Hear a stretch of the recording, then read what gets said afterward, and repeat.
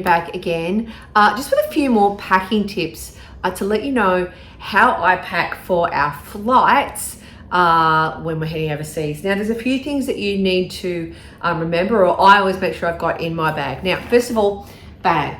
I always take a cheap handbag. So this one I bought from Kmart for like 20 bucks because I don't want to take my beautiful Italian leather and have it sitting on airport floors and plane floors and it getting ruined and so forth. So I normally just buy a cheap bag with lots of zippers in it, so I've got different compartments, and that way if I ditch it or I need to ditch it to make room, I can. I don't care, it costs me nothing, and I don't really care if it gets wrecked because it's just a bag I use to go from place to place when I'm traveling. And I like a big one so it fits lots of stuff in it because this girl needs lots of stuff. Okay, so what do I pack in here? Very important, I think, for me, because like most people, I think it can be really hard to get to sleep on the plane. So I take melatonin tablets, and I also take sleep gummies because they've come in very handy when you can't get any sleep. You need a little bit of help on the plane, so they go into my bag first. Compression socks. I've only just started using these. I find the sensation a bit weird because they're so tight, but apparently they're good. So of course, I had to have pink ones. I couldn't have anything else, but hairbrush and hairband, a must. Now, I also take in my little baggie, little coin plastic bags, because when you're going from one place to the other, obviously you've got a currency that you need to swap over. So rather than trying to shove it all into one wallet and get everything confused, I'll take the Australian dollars out, put them into a separate bag, and put whatever the currency is that we're going to be needing in our next stop into my wallet. Speaking of wallet, I bought just this little tiny one from Sports Girl because when traveling, you don't need your normal wallet with all of your stuff in it. So this has got enough for coins and some credit cards and cash and stuff. And it's really easy to slip into my crossbody bag because it's not too big. So that's super, super handy. The other thing that I do when we travel is I take Tim Tams with me. Now, this may seem like a really weird thing, but if we stay at a really nice Airbnb or we're going on a personalized tour with a driver or something, and I want something as a little gift, I give them Tim Tams. I put them in a little gift bag with a little note, and they are always warmly welcomed, and it's something that I can bring from Australia, so it has that Australian touch, and everyone loves Tim Tam, right? So I always buy a couple of packets of Tim Tams when we travel and take that, and I give that as gifts, which is a really nice touch. Of course, don't forget your travel adapters, super important as well. It's always nice to have a little bit of a snack for the plane.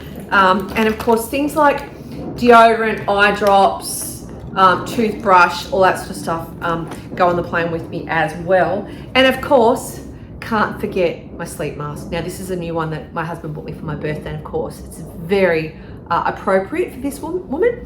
But I always have a sleep mask because, especially if there's lights on or you just don't want to be disturbed, and this is nice and silky and comfortable, which is even better. Now, a couple of things that you may not have thought of. Cable ties. Cable ties can come in really handy with luggage if you want to make something extra secure. I know everything has locks and codes and stuff on it these days, but occasionally we want to keep something together with something or whatever, and having a couple of cable ties that can keep things extra secure. These come in really handy, take up no room. The other thing I do as well is I go and buy things like Panadol, ibuprofen and stuff like that to take with.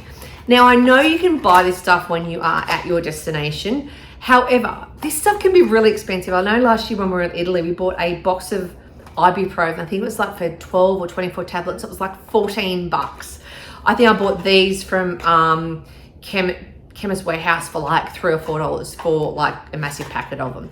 And you can break them up, take the whole lot, whatever. But I just hate going to a destination, then realizing we need something, and then going and having to spend an absolute fortune on something which shouldn't cost a lot of money. The other one as well, sunscreen if you're going somewhere nice and warm. I don't wear sunscreen, but I take it for hubby.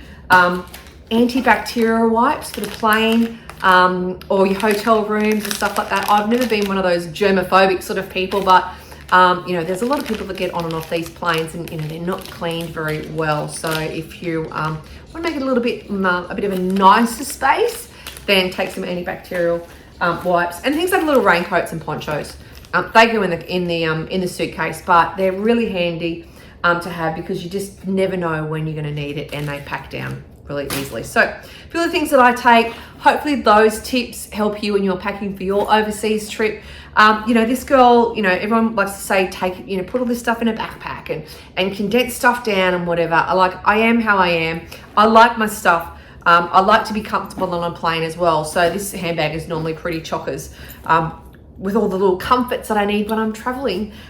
So you do you, but I find that having all this these bits and pieces does make my traveling a lot more comfortable, as does a couple of glasses of Shandong to go with with it as well. So that's me. Hope you find those tips useful, and have fun on your next adventure.